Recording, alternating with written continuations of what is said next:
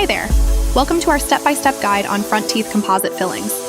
In today's video, we'll walk you through the process of how we restore a chipped or decayed front tooth using composite resin. Let's get started. The first step is preparation.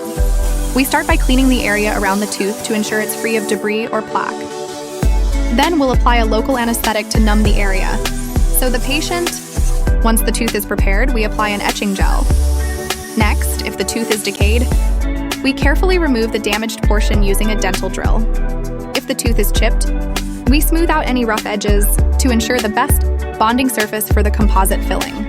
This roughens the surface just enough to help the composite material bond securely to the tooth. After etching, we apply a bonding agent. This liquid helps the composite material adhere tightly to the tooth, creating a strong bond for long-lasting results. Now it's time to apply the composite resin. This is the tooth-colored material we use to fill the cavity or reshape the tooth.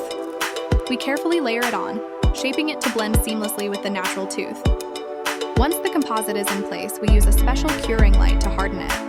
After the composite has hardened, we make final adjustments to the shape, ensuring it looks natural and fits perfectly with the patient's bite. This process only takes a few seconds and ensures the material sets firmly.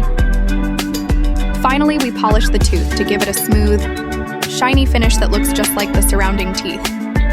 And there you have it, a beautifully restored front tooth. We'll now do a final check to make sure everything looks great. We'll provide the patient afterward with tips on how to care for their new filling and maintain their oral health. Composite fillings are a great option for restoring front teeth, giving you a natural, beautiful smile. If you enjoyed this step-by-step guide, don't forget to like and subscribe for more dental tips and tutorials. Thanks for watching and keep smiling.